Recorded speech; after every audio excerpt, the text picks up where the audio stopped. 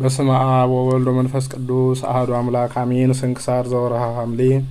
አንድ አምላክ በሆነ በአብ በወልድ በመንፈስ ቅዱስ ስም ሐምሌ 8 በዚች ቀን በጎ ስም አጠራር ያለው የአባ መቃርስ ገዳምና የዓለም ሁሉ ኮከብ የሆነው ቅዱስ አባት አባ ብሶይ አረፈ።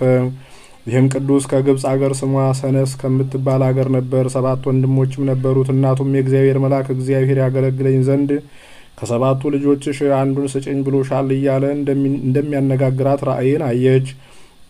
እርሷም ጌታዬ ሆይ የወደድከውን ውሰድ፣ ሁሉም ገንዘቦቹ ናቸውና አለችው። መልአኩም እጁን ዘርግቶ የብሶይን ራስ ይዞ ለእግዚአብሔር መልካም ስራ የሚሰራ ይህ ልጅ ነው አለ። ይህ ብሶይ የከሳና ስጋው የኮሰሰ ነበርና እናቱ ለዚያ መልአክ ጌታዬ ሆይ እግዚአብሔርን የሚያገለግል ከነዚህ አንዱን ጠንካራውን ውሰድ አለችው። መልአኩም እግዚአብሔር የመረጠው ይህ ነው አላት። ከዚህም በኋላ ከእርሷ ተሰወረ። ባደገም ጊዜ የምንኩስና ልብስ ሊለብስ ወደደ። ወደ አስቄጥስም ገዳም ሄደ። በአባ ባይሞይ ዘንድም መነኮሰ። እርሱም አባ ዮሐንስ ሐጺርን ያመነኮሰ ነው። ከዚህም በኋላ እጅግ ጽኑ የሆነ ተጋድሎን መጋደል ጀመረ። ምን ሳይቀምስ 40 ቀን እስከ መጨረሻው 3 ጊዜ ጾመ። በቀንና በሌሊት በጾምና በጸሎት እየተጋ ቅዱሳት መጻሕፍትን አዘውትሮ በማንበብ በመጻሕፍት ቃል ነፍሱን ያረካት ነበር። የእግዚአብሔርን ቃል እጅግ ይወድ ነበርና ከማር ከስኳርም እጅግ ይጥመው ነበርና በውሃ ዳርም እንዳለች ተክል ሆነ። ክብር ይግባውና ጌታችን ኢየሱስ ክርስቶስንም ያየው ዘንድ የተገባ ሆኖ ነበር። ጌታችንም ብዙ ጊዜ ይገለጽለት ነበር፣ ከእርሱም ጋር ይነጋገር ነበር። እርሱም እግሩን አጥቦ እጣቢውን ይጠጣው ነበር። በአንዲት ቀንም የመድኃኒታችንን እግሮቹን አጥቦ ግማሹን ጠጥቶ ግማሹን ለደቀ መዝሙሩ እንዲጠጣ ተወለት። ረድኡም በመጣ ጊዜ ልጄ ሆይ ተነስና በኩስኩስቱ ውስጥ ካለው ውሃ ጠጣ አለው። ረድኡም በልቡ በመቅጃው ውስጥ ካለው ከጥሩ ውሃ ለምን አይሰጠኝም አለ። ይህንም ብሎ ቸል አለ። መምህሩ እንዳዘዘውም አልጠጣም። ሁለተኛም ልጄ ሆይ ተነስና ከኩስኩስቱ ያለውን ያንን ውሃ ጠጣ አለው። ግድ ጠጣ ባለውም ጊዜ ተነስቶ ወደ ኩስኩስቱ ሄደ።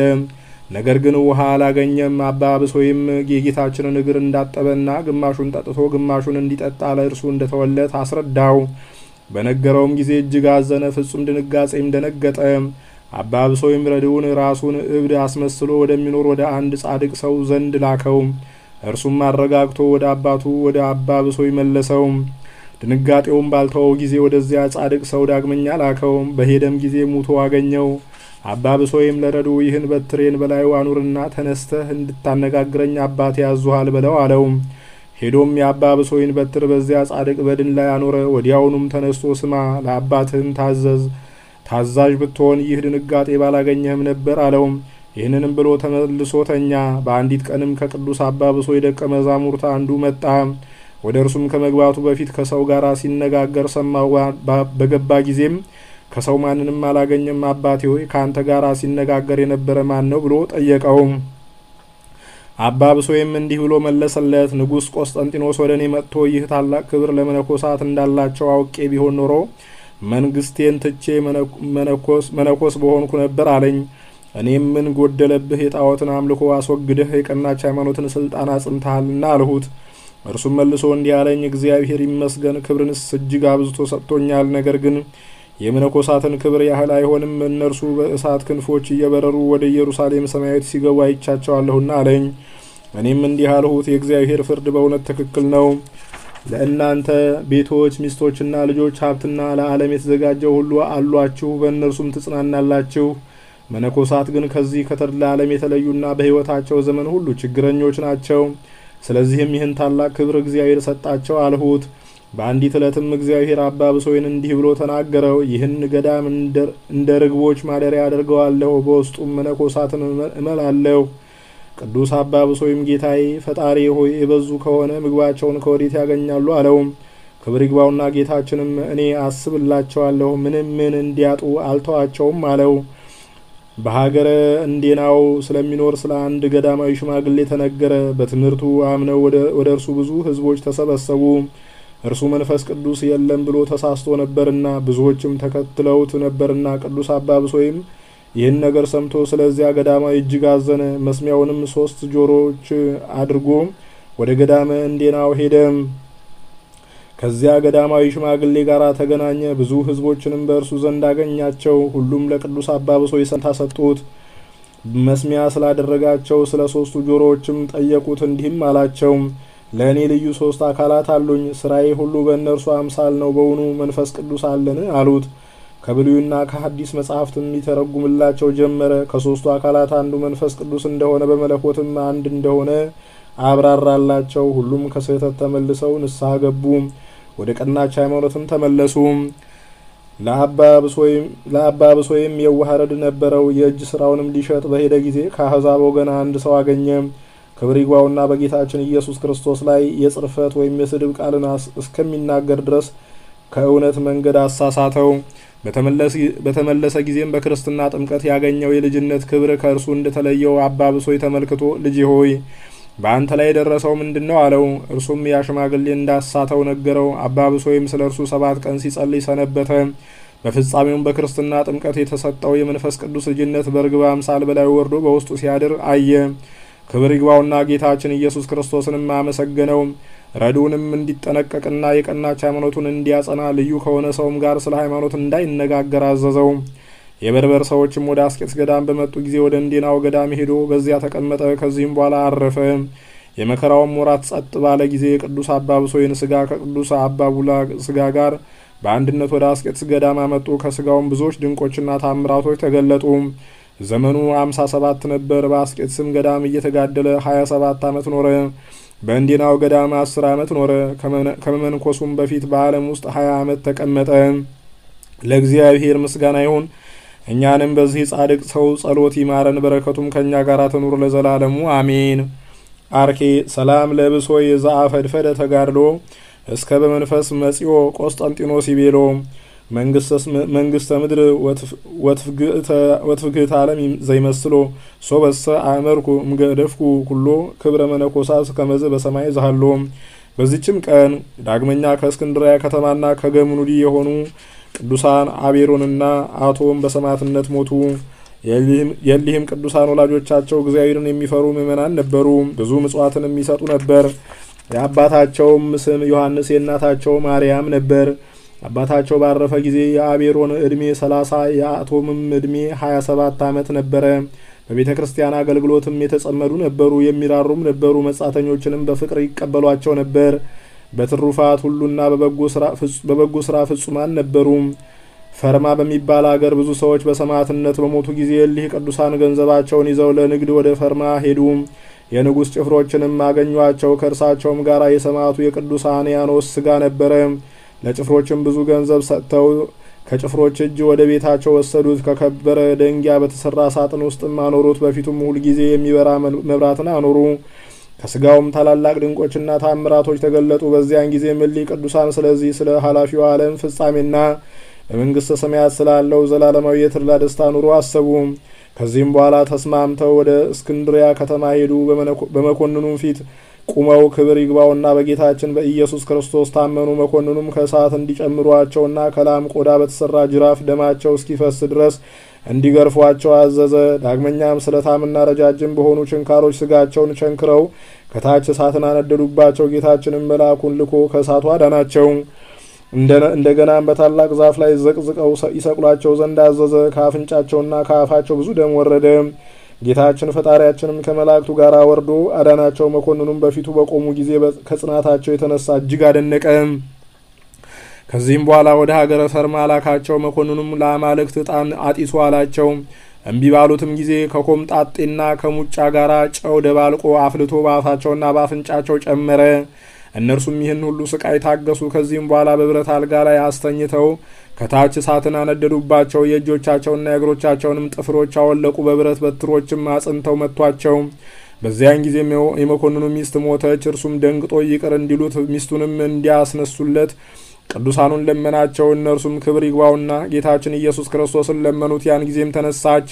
መኮንኑም ከሕዝቡ ሁሉ ጋር በጌታችን አመነ። ቅዱሳኑንም ወደ ሀገራቸው የሄዱ ዘንድ ለቀቃቸው። ወደ ሀገራቸው ወደ ገምኑዲም በደረሱ ጊዜ የቀረ ገንዘባቸውን ለድሆችና ለችግረኞች ሰጡ። የቅዱስ አንያኖስንም ስጋ ስሙ ሰረባሞን ለሚባል አንድ ጻድቅ ሰው አደራ አስጠበቁት። እንደ ቀድሞውም በፊቱ መብራትን እንዲያበራ አዘዙት። ከዚህም በኋላ በርሙን ወደሚባል አገር ሄደው በመኮንኑ ፊት ክብር ይግባውና በጌታችን ኢየሱስ ክርስቶስ አመኑ። መኮንኑም እንዲገርፏቸውና እንዲጎትቷቸው አዘዘ። ደማቸውም እንደ ውሃ ፈሰሰ። ደንቆሮና ዲዳ የሆነች ሴትም መጥታ ከቅዱሳኑ ደም ወስዳ አፏንና ጆሮቿን ልቧንም ቀባች። ወዲያውኑም ድና ተናገረች፣ ሰማችም። መኮንኑ ግን አሰራቸው። ከዚህም በኋላ እነርሱን ማሰቃየት በሰለቸው ጊዜ ራሶቻቸውን በሰይፍ እንዲቆርጡ አዘዘና ቆረጧቸው። የሰማዕትነትንም አክሊል ተቀበሉ። በዚያም ከገምኑዲ አገር ሰረባሞንና ሌሎች ሰዎችም ነበሩ። በበፍታና በከበሩ ልብሶች ገነዟቸው። መዓዛው ጣፋጭ በሆነ ሽቱም ቀቧቸው። ወደ አገራቸው ወደ ገምኑዲም ወሰዷቸው። ከገምኑዲም ከተማ ውጭ በደረሱ ጊዜ ስጋቸው የተጫነበትን ሰረገላ የሚስቡ እንስሶች ቆሙ። ስጋችን በውስጡ ይኖር ዘንድ እግዚአብሔር የመረጠው ቦታ ይህ ነው የሚል ቃልን ከሰማይ ሰሙ። በዚያም አኖሯቸው። ከዚህም በኋላ ቤተ ክርስቲያን ሰሩላቸው። ስጋቸውንም ከቅዱስ አንያኖስ ስጋ ጋር በውስጧ አኖሩ። በገምኑዲ አገርም ድንቆችንና ተአምራቶችን እያሳዩ እስከ ዛሬ ድረስ አሉ። ለእኒህ ቅዱሳንም ክብር ይግባውና ጌታችን ኢየሱስ ክርስቶስ ስማቸውን ለሚጠራ መታሰቢያቸውንም እንደ ችሎታው ለሚያደርግ ኃጢአቱ ይሰረይለታል፣ ስቃይንም ከቶ አያይም ብሎ መከራ በሚቀበሉበት ጊዜ ቃል ኪዳን ሰጣቸው። ለእግዚአብሔር ምስጋና ይሁን፣ እኛንም በጸሎታቸው ይማረን፣ በረከታቸውም ከእኛ ጋር ትኑር ለዘላለሙ አሜን። አርኬ ሰላም ለአቤሮን ወለእሁ አቶም በእንተ ክርስቶስ ዘሃሙ በጥብጣቤ ዘላህም በተአምራቲሁ እጹብ ወመንክራቲሁ መድብም ዘሰሃቦሙ ለእሉ ወአብጽሖሙ ለደም ለአልያኖስ ሰማዕት ሰላም ሰላም። በዚችም ቀን ከግብጽ ደቡብ አካ በሚባል አውራጃ ባራ በምትባል መንደር ይኖር የነበረ ቅዱስ ሰማዕት አባ በላኒ አረፈ። ይህም ቅዱስ ቄስ ነበረ። የምእመናንን መከራቸውን የሰማዕታትንም መገደላቸውን በሰማ ጊዜ ገንዘቡን ሁሉ ለድሆችና ለችግረኞች ሰጥቶ ወደ እንዴናው ከተማ ሄደ። ክብር ይግባውና በጌታችን ኢየሱስ ክርስቶስ ስም በመኮንኑ ፊት ታመነ። መኮንኑም ጽኑ የሆነ ስቃይን ብዙ ቀን አሰቃየው። ነፍሱንም በእግዚአብሔር እጅ ሰጠ። የሰማዕትነት አክሊልንም ተቀዳጀ። ለእግዚአብሔር ምስጋና ይሁን፣ እኛንም በጸሎቱ ይማረን፣ በረከቱም ከእኛ ጋር ትኑር ለዘላለሙ አሜን። አርኬ ሰላም እብል ለበላኒ ብፁዕ ሰናየ ተልእኮ ቀሲስ በውስተ ምስዋ ስደተ ምእመናን ሰሚኦ ወቅትለተ ሰማዕት በግፍ እንዘይዘሩ ነዋዩ ለአለነዳያን ሰብ በአውደ ምኩናን ቆመ ጥዋ ለስም።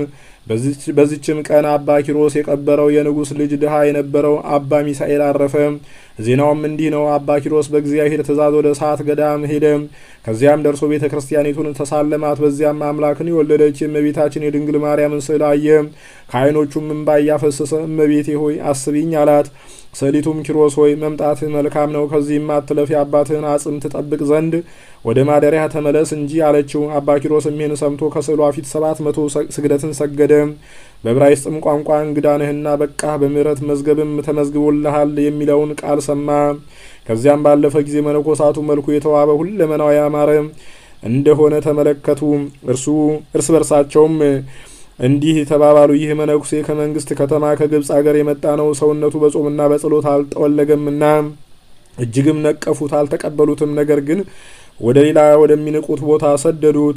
በዚያም መስፈርስ በሚባል ሕማም ለብዙ ጊዜ የታመመና በምድር ላይ የተጣለ ድሃ ሰውን አገኘ። በራስጌውም የመላእክት አለቃ ቅዱስ ሚካኤልን፣ በግርጌው ቅዱስ ገብርኤልን፣ በቀኙም ሩፋኤልን፣ በግራውም ሰዳካኤልን አየ። እነርሱም በክንፋቸው ጋርደውት ነበር። ከሰውም ያለ እርሱ ያያቸው አልነበረም። በገዳዮች ፊት ሞትን የማይፈራ ጎበዝ እንዴት ነህ ብለው ሰላምታ ሰጡት። አባ ኪሮስም አደነቀ። በልንና ነዋሪዎች ሆይ ከዚህ ለምን ተቀመጣችሁ አላቸው። ይህን ድሃ እንድንጠብቀው ከእግዚአብሔር ታዘናል አሉት። አባ ኪሮስም እስከ መቼ ነው አላቸው። ከዚህ ድካም እስከሚያሳርፈው ድረስ ነው አሉት። ከዚህም በኋላ ወደ ታመመው ድሃ ተመልሶ በዚህ ቦታ ከኖርህ ምን ያህል ዘመን ነው አለው። በሽተኛውም 65 ዓመት ነው አለው። ሁለተኛም ከታመምክ ስንት ዓመት ነው አለው። 20 ዓመት ነው ብሎ መለሰ። አበምኔቱና የገዳሙ መነኮሳት ይጎበኙሃልን ብሎ ጠየቀው። በሽተኛውም አባቴ የለም አይጎበኙኝም፣ ፊታቸውን ካየሁ 15 ዓመት ይሆናል ብሎ መለሰ። አባ ኪሮስም ና ንገረኝ፣ አባትህ ማን ነው? እናትህስ ማናት አለው።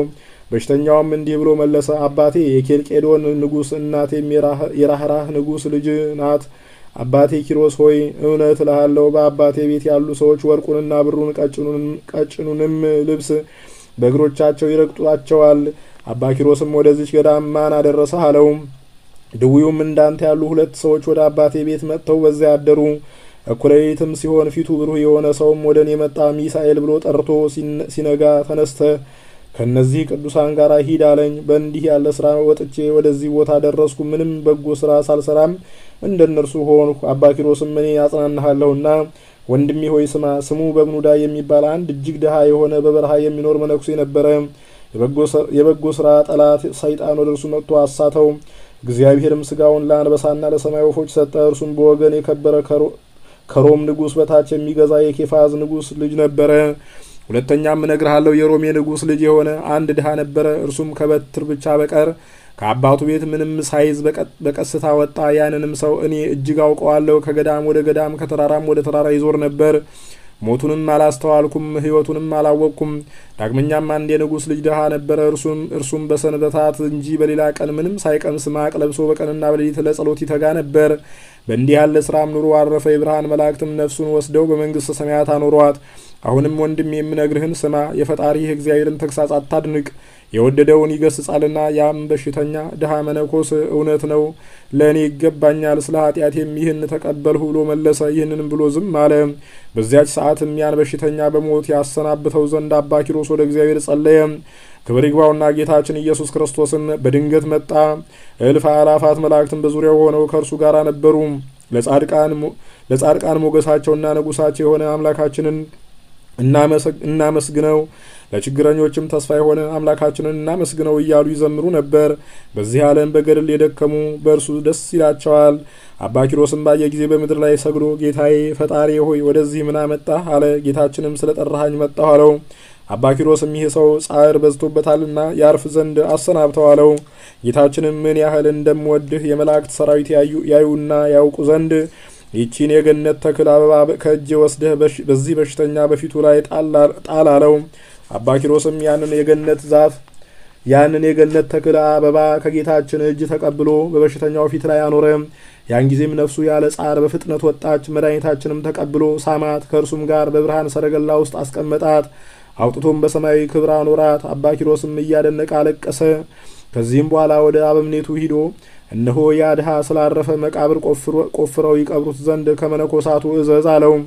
አበምኔቱም ምን ግዴታ አለብኝ አለው። አባ ኪሮስም ትኩር ብሎ ተመለከተውና ይህ የሰይጣን ስራ እንጂ የሰው ስራ አይደለም አለው። ስላስጨነቀውም ሰባት መነኮሳትን አዘዘለት። እነርሱም አጥንታቸውን ይዘው ተነሱ። አባ ኪሮስም የሚያጥኑት አሉና የረከሱ ማጠንቶቻችሁን አስወግዱ፣ በቦታቸውም ተዋቸው፣ ነገር ግን ቅበሩት ብሎ አማላቸው። ያን ጊዜም አራቱ የመላእክት አለቆች ስጋውን በከርቤና በሚያ አጠኑ። መዓዛውም ያንን በዓት መላው። እነዚህ መነኮሳትም የሚያሸተን ምንድን ነው? ይህ መነኮስ ስራይን ያውቅ ይሆን ተባባሉ። ከዚህም በኋላ ስጋውን ወስደው በዚያው ገዳም በእንግዳ መቃብር ቀበሩት። ከመቃብሩም ጥሩ ውሃ ፈልቆ ለበሽተኞች ፈውስ ሆነ።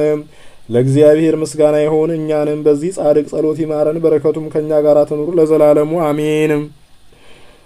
አርኬ ሰላም ለሚሳኤል ሶባ አረፈ እምተጽሮ እደ ኪሮስ ድህረ ቀበሮ ለለመነንው ቅድመ ወይሃወጹ ማህደሮ ያቅልል ለክሙ ይቤሎሙ ለጌጋይክሙ ጾሮ እስመ በግፍክሙ ቦኩ ለክርስቶስ ሀገሮ።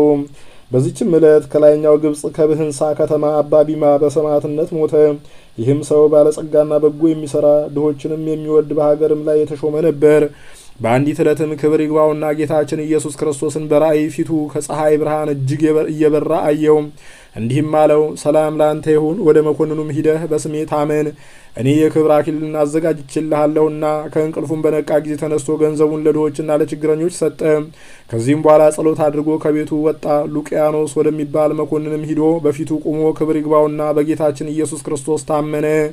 መኮንኑም ባየው ጊዜ ሹም እንደሆነ አውቆ ከእርሱ ንዋየ ቅዱሳትን ፈለገ። ዳግመኛም ለአማልክት እንዲሰዋ ፈለገ። ቅዱሱም እንዲህ ብሎ መለሰለት፣ ስለ ንዋየ ቅዱሳት ከእኔ ልትሻ አይገባህም። የረከሱ አማልክትንም ስለ ማምለክ ትእዛዝህን አልሰማም። እኔ ሰማይንና ምድርን በውስጣቸው ያለውን ሁሉ የፈጠረ የሕያው እግዚአብሔር ልጅ ጌታ ኢየሱስ ክርስቶስን አመልከዋለሁና። መኮንኑም ይህን በሰማ ጊዜ ተቆጥቶ ምላሱን ይቆርጡ ዘንድ አዘዘ። ጌታችንም እንደ ቀድሞ ምላሱን መለሰለት። ከዚህ በኋላ በማበራያ ውስጥ አበራዩት። በብረት አልጋ ላይም ቸንክረው በበታችሁ እሳትን አነደዱ። እግዚአብሔርም አዳነው፣ ያለ ጉዳትም አስነሳው። ከዚህ በኋላ ወደ እስክንድሪያ ከተማ ላከው። ክብር ይግባውና ጌታችንም ተገልጾለት አጽናናው። ከዚህም በኋላ በወህኒ ቤት ጨመሩት። በዚያም ታምራትን አደረገ። ጋኔን ያደረባት የአቅፋሐስ ሀገር ሰው የዮልያኖስ እህት ነበረች። ቅዱስ ቢማም ያንን ጋኔን ከእርሷ ላይ ያወጣውና አሳደደው። ዜናውን በሀገሩ ውስጥ በተሰማ ጊዜ ክብር ይግባውና በጌታችን በኢየሱስ ክርስቶስ ብዙዎች አመኑ። መኮንኑም በሰማ ጊዜ እጅግ ተቆጣ። በየአይነቱ በሆነ ስቃይም አሰቃየው። በመንኮራኩርም የእጆቹንና የእግሮቹን ጥፍሮች አወለቁ። በእሳት ባጋሉት። በብረት ሰንሰለትም አስረው ጎተቱት። በውሽባ ቤት ማንደጃ ውስጥም ጣሉት። ከዚህም ጌታችን አዳነው። ከዚህም በኋላ በአንገቱ ታላቅ ደንጊያ አንጠልጥለው በባህር ውስጥ ጣሉት። አሁንም ጌታችን አዳነው። ሁለተኛም ከእሳት ጨመሩት። ከዚህም ጌታችን አዳነው። በእሳቱም መካከል እየጸለየ ቆመ። መኮንኑም ማሰቃየቱን በሰለቸ ጊዜ ወደ ላይኛው ግብጽ ሰደደው። በዚያም ያሰቃዩት ጀመሩ። ዘቅዝቀውም ሰቀሉት። ከዚህም በኋላ በብረት ምጣድ ውስጥ ጨምረው በላዩ እሳትን አነደዱበት። ጌታችንም ተገለጠለትና ከእሳቱ አዳነው። ከዚህም በኋላ ጌታችን ስሙን ለሚጠራ መታሰቢያውን ለሚያደርግ ገድሉን ለሚጽፍ በስሙም ምጽዋት ለሚያደርግ ሁሉ የዘላለም ሕይወትን ያድለው ዘንድ ቃል ኪዳንን ሰጠው። መኮንኑም ከማሰቃየቱ የተነሳ በደከመ ጊዜ ራሱን በሰይፍ ይቆርጡ ዘንድ አዘዘ። የሰማዕትነት አክሊልንም በመንግስተ ሰማያት ተቀበለ። የአቅፋሐስ ከተማ ሹም የሆነ የዮልዮስ ባሮችም ስጋውን አንስተው ወደ ሀገሩ ወሰዱት። እስከ ስደቱ ዘመን ፍጻሜ ድረስም በመልካም ቦታ ኑሩት። ከዚህም በኋላ መልካም የሆነች ቤተክርስቲያንና ገዳምን ሰሩለት። ስጋውንም በውስጡ አኖሩ። ከእርሱም ታላላቅ ድንቆችና ታምራት ተገለጡ። በሽተኞችም ሁሉ ይፈወሱ ነበርና። ለእግዚአብሔር ምስጋና ይሁን። እኛንም በዚህ ሰማዕት ጸሎት ይማረን፣ በረከቱም ከእኛ ጋር ትኑር ለዘላለሙ አሜን። አርኬ ሰላም ለቢማ እንተነጸራ በራእይ ለገጸ ክርስቶስ ስቡህ እምነ ፀሐይ ዘበንቲያሁ ሀመ ስጋሁ በአውደ ስቃይ እምዘዚያሁ ኩነኔ በአርዮ ስልጣን እበይ ሀበህላይሁ ተመይጠ ልሳኑ ውቁይ። በዚችም ዕለት በምዕራባዊ በረሃ የሚኖር ታላቅና ክቡር አባት የሆነው የአባ ኪሮስ የዕረፍቱ መታሰቢያ ሆነ። ይህም ቅዱስ የታላቁ ንጉሥ ቴዎዶሲዮስ ወንድሙ ነበር። በከተማ ውስጥ የሚሰራውን አመጽ ባየ ጊዜ ገንዘቡን ሁሉ ትቶ ከሀገሩ ወጣ። ጌታችንም መርቶ ወደዚች ምዕራባዊ በረሃ ደረሰው። በውስጧም ብዙ ዘመናት ብቻውን ኖረ። ከሰው ማንም አላየውም። በዚህ ሁሉ ዘመን የዱር አራዊትም ቢሆኑ በአስቄጥስም ገዳም ስሙ አባ ባውማ የሚባል አንድ ቄስ ነበረ። እርሱም የንጉሥ ዘይኑን ልጅ ቅድስት ኢላሪያን ስጋዋን የገነዘ ነው። እርሱም እንዲህ አለ። በቤተ ክርስቲያን ውስጥ እያለሁ አባ ባውማ ሆይ ተነስ፣ ወደ በረሃው ውስጥ ገብተህ ወደ ፀሐይ መግቢያ ሂድ። ከቅዱሳን ሁሉ አብዝቶ ፈቃዴን የፈጸመውን የአንድ ገዳማዊ ስጋ ትገንዝ ዘንድ የሚለኝን ቃል ከሰማይ ሰማሁ። ያን ጊዜም ደስ ብሎኝ ተነሳሁ። በበረሃው ውስጥ 3 ቀን ተጉዤ ከአንድ ገዳማዊ በዓት ደርሼ ደጁን አንኳኳሁ። አንድ ሽማግሌ ገዳማዊም ከፈተልኝና እርስ በርሳችን ሰላምታ ተለዋወጥን። በዚች በረሃ ሌላ ገዳማዊ ያለን ብዬ ጠየቅኩት። አዎን አለኝ። ሁለተኛም ስምህ ማን ነው? አባቴ ሆይ በዚህስ በረሃ ውስጥ ምን ያህል ጊዜ ኖር ካልሁት፣ ስሜ ስምዖን ነው። በዚች በረሃ የኖርኩትም 70 ዓመታት ነው አለኝ። ከእርሱ ዘንድም ወጥቼ 3 ቀን ተጓዝኩ። ሁለተኛም ስሙ ባሞን የሚባል ገዳማዊ ያገኘው፣ ሰላምታም ሰጠሁትና በዚች በረሃ ሌላ ገዳማዊ ያለን አልሁት። አዎን አለ አለኝ። 4 ቀንም ተጓዝኩ። ወደ አባ ኪሮስ በዓት ደረስኩ። ቅዱስ አባት ሆይ ባርከኝ እያልኩ ደጁን አንኳኳሁ። አባ ባውማ ሆይ መምጣትህ መልካም ነው ብሎ ከውስጥ ተናገረኝ። እግዚአብሔር ያከበረ ሰው በሰላም በፍቅር ወደ እኔ ግባ አለኝ። ያን ጊዜ ገብቼ ከእርሱ ተባረኩ። በፊቱም የእግዚአብሔርን ጸጋ ክብር አየሁ። የራሱ ጠጉርና ጽሕሙ እንደ በረድ የነጣ ነበር። ከዚህም በኋላ ተቀመጥሁ። በብቻውም አቀፈኝ፣ እንዲህም አለኝ፣ እነሆ ይህችን ሰዓት እየጠበቅኳት በዚች በዓት 57 ዓመት ኖርኩ። ይህንንም ሲል ጥቂት ታመመና ተኛ። እየደነገጠ ያችን ሌሊት አደረ። ሲነጋም በበዓቱ ውስጥ ታላቅ ብርሃን በራ። ብርሃናዊ ሰውም ገባ። በእጁም የብርሃን መስቀል አለ። በአባ ኪሮስ አጠገብም ተቀምጦ ሳመው፣ ባረከውም፣ አጽናናው። ሰላምን፣ ፍቅርን፣ አንድነትን አደረገለት። ከእርሱም ተሰወረ። እኔም ፈራሁ። እንዲህ የሚበራ ይህን ክብር የተጎናጸፈ ይህ ማን ነው አልሁት።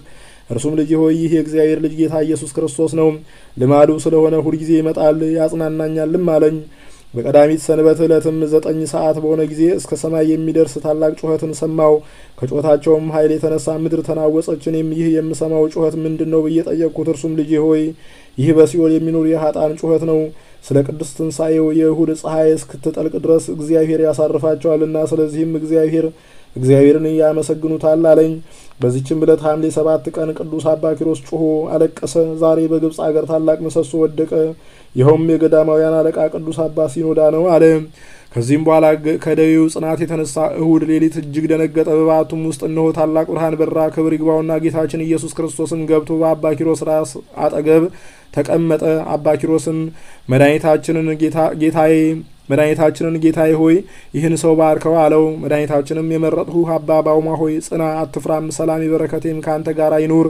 አሁንም ታማኝ አገልጋይ የሆነ የዚህን የቅዱስ ኪሮስን ያየኸውንና የሰማኸውን ወደፊትም ዳግመኛ የምታየውንና የምትሰማውን ገድሉን ጻፍ አለኝ። ከዚህም በኋላ መድኃኒታችን አባ ኪሮስን እንዲህ አለው፣ እነሆ አንተ ትሞታለህና አትዘን። ሞትህ ሞት አይደለም የዘላለም ሕይወት ነው እንጂ የገድልህን መጽሐፍ የሚጽፈውን ወይም የሚያነበውን የሚሰማውንም ሁሉ በምድርም መታሰቢያን የሚያደርገውን ሁሉ በደብረ ጽዮን በሚደረገው የ1000 ዓመት በዓል ምሳ ከእኔ ጋር ይቀመጥ ዘንድ አድርገዋለሁ፣ ከቅዱሳኖቼም ጋር እቆጥረዋለሁ። የኃጢአቱንም መጽሐፍ ቀድጄ ስሙን በሕይወት መጽሐፍ እጽፋለሁ። ለመስዋዕት የሚገባውንም ዕጣኑንና ወይኑን መብራቱንም መባ አድርጎ ለሚሰጥም በስምህም ለመስዋዕት የሚገባውንም ዕጣኑንና ወይኑን መብራቱንም መባ አድርጎ ለሚሰጥም በስምህም ለድሆችና ለችግረኞች ምጽዋትን ለሚያደርግ ዓይን ያላየውን ጆሮ ያልሰማውን በሰው ልቡናም ያልታሰበውን በጎ ዋጋ እኔ ድርብ አድርጌ ሰጠዋለሁ። በበኩር ቤተክርስቲያንም ስጋዬንና ደሜን አቀብላቸዋለሁ። በዚህም ዓለም ቤታቸውን እባርካለሁ፣ ልጆቻቸውን አሳድጋለሁ። ከበጎ ነገር ሁሉ ምን አያጡም። አሁንም ከዚህ ዓለም ድካም ወደ እረፍት የዘላለም ተድላ ደስታ ወዳለበት ወደ ብርሃን ቦታ ወስድህ ዘንድ ጊዜው ደረሰ። መድኃኒታችንም ይህን ሲናገር እነሆ ነቢዩና ዘማሪው ዳዊት መጣ። መሰንቆም ከእርሱ ጋር ነበረች። ይህች ዕለት በእርሷ ፈጽሞ ሐሴት እናደርግ ዘንድ እግዚአብሔር የሰራት ናት እያለ አመሰገነባት።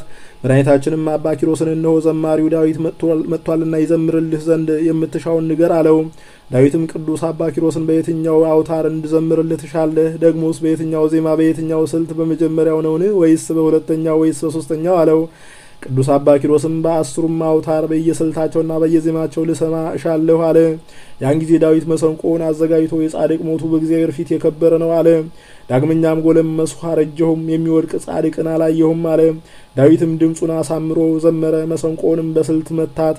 ያን ጊዜም የቅዱስ አባ ኪሮስ ነፍሱ ወጣች። መድኃኒታችንም ተቀብሎ ሳማት፣ ለመላእክት አለቃ ለቅዱስ ሚካኤልም ሰጣት። እኔ አባ ባውማም የቅዱስ አባ ኪሮስን ስጋውን ቀበርኩ። ከበዓቱም በወጣሁ ጊዜ በረሃው በሰማይ ሰራዊት ተመልቶ አየው። መድኃኒታችንም የቅዱስ አባ ኪሮስ ስጋው ባለበት በዓት ላይ መስቀሉን አኑሮ ዘጋት። ከዚህም በኋላ መድኃኒታችን ለእኔ ሰላምታ ሰጥቶኝ መላእክትና የመላእክት አለቆች በፊቱ እያመሰገኑና እየዘመሩ በታላቅ ክብር አረገ። የቅዱስ አባ ኪሮስን ነፍስ ከመድኃኒታችን ጋር እንደዚህ አሳረጓት። እርሷም በተሰጣት ክብር ደስ እያላት አረገች። እኔም አባ ባውማ በዚያ ቦታ ብቻዬን ቀረሁ። ተመልሼም ወደ አባ አሞን በዓት ደረስኩ። ከዚያም የ3 ቀን መንገድ ተጉዤ ወደ አባ ስምዖን በዓት ደረስኩ። ከዚያም 3 ቀን ተጉዤ ወደ ቦታዬ ወደ አስቄጥስ ገዳም ደረስኩ። ለመነኮሳቱም ሁሉ ያየሁትንና የሰማሁትን ሁሉ የቅዱስ አባ ኪሮስን ገድሉን ስለ አባ ሲኖዳም ዕረፍት ትንቢት እንደተናገረ ነገርኳቸው። መነኮሳቱም ሰምተው እጅግ አደነቁ። የተመሰገነ እግዚአብሔርንም አመሰገኑትን። የአባ ባውማም የቅዱስ አባ ኪሮስን ገድሉን ጽፌ ለሚያነበውና ለሚሰማው ሁሉ መጽናኛ ይሆን ዘንድ ወደ አብያተ ክርስቲያናት ሁሉና ወደ ገዳማትም ላኩ። ለእግዚአብሔር ምስጋና ይሁን። እኛንም በዚህ ጻድቅ ጸሎት ይማረን፣ በረከቱም ከኛ ጋር ትኑር ለዘላለሙ አሜን። አርኬ ሰላም ለኪሮስ ዘሰአሞ ነደ ከናፍር ወበዘባኑ ተጽዕነ እግዚአብሔር ወከመ ትጻ ነፍሱ ዘእንበለ ጻር ዳዊት ሀለየ እንዘይብል በመሰንቆ ሐዋዝ መዝሙር ለጻድቅ በሲ ሞቱ ክቡር። በዚችም ዕለት ቁጥራቸው 15 የሚሆኑ ከአባ ኖብ ጋር በሰማዕትነት የሞቱ መታሰቢያቸው ነው። በረከታቸውም ከኛ ጋር ለዘላለሙ ትኑር አሜን። ዛቅረብኩ ማሌታ አዘኪራ አላፈ ምለተ ጸመድኩ ዘልፈ ለላ ነብቶ ከፍ ዘንዲተ መጻፈን ተረሰይ ከግዚኦ ጸሪቀ መለቱ ኩፈ ምላው ውላን ዘተርፈ ነቢያት ቅዱሳን ሐዋርያት ሰባኪያን ሰማዕት ወጻድቃን ደናግል አዲዮ መነኮሳት ሄራን ባርኩ ጓይዛቲ መካን እስከ አረጋይ ልሂ ቆንኡስ ሕፃን ለዘ ጻፉ በክርታስ ወለዛ ጻፉን ዘይደርስ ለዛ አነበው ወለዘ ተርጎም በልሳን ሐዲስ ወለዘ ሰማ ቃሉ በዝነ መንፈስ ወጸሎተ እሙ ማርያም አራቂተ ኩሉ እምባ ስውረ ይማረን ኢየሱስ ክርስቶስ አሜን። የቅዱሳን አባቶቻችን የጻድቁ የአባ ኪሮስ የቅዱሳን አበው ጻድቃን ሁሉ የቅዱሳት አንስት እናቶቻችን በረከት ረድኤታቸው ይደርብን። ሰላም ያሳድረን አምላካችን፣ ሰላም ያውለን፣ ሰላም ያሳድረን፣ በቸርነት ጠብቆ ለመንግስቱ እንዲያበቃን። አባታችን ሆይ በሰማያት የምትኖር ስምህ ይቀደስ፣ መንግስትህን ትምጣ፣ ፈቃድህ በሰማይ እንደሆነች እንዲሁም በምድር ትሁን። የዕለት እንጀራችንን ስጠን ዛሬ፣ በደላችንን ይቅር በለን እኛም የበደሉንን ይቅር እንደምንል። አቤቱ ወደ ፈተናም አታግባን ከክፉ ሁሉ አድነን እንጂ መንግስት ያንተ ናትና ኃይል፣ ክብር፣ ምስጋና ለዘላለሙ አሜን። እመቤታችን ቅድስት ድንግል ማርያም ሆይ በመልአኩ በቅዱስ ገብርኤል ሰላምታ ሰላም እንልሻለን። በሐሳብሽ ድንግል ነሽ፣ በስጋሽም ድንግል ነሽ። አሸናፊ እግዚአብሔር እናት ሆይ ሰላምታ ላንቺ ይገባሻል። ከሴቶች ሁሉ ተለይተሽ አንቺ የተባረክሽ ነሽ፣ የማኅፀንሽም ፍሬ የተባረከ ነው። ጸጋን የተመላሽ ድንግል ሆይ ደስ ይበልሽ፣ ልዑል እግዚአብሔር ከአንቺ ጋር ነውና ከተወደደው ልጅሽ ከጌታችን ከመድኃኒታችን ከኢየሱስ ክርስቶስ ዘንድ ይቅርታና ምሕረትን ለምኝልን ኃጢአታችንን የሚያስተሰርይልን ዘንድ ለዘላለሙ አሚን። ክብር ምስጋና ይሁን አንድ አምላክ ለሚሆን ለአብ ለወልድ ለመንፈስ ቅዱስ ዛሬም ዘወትርም ለዘላለሙ አሚን።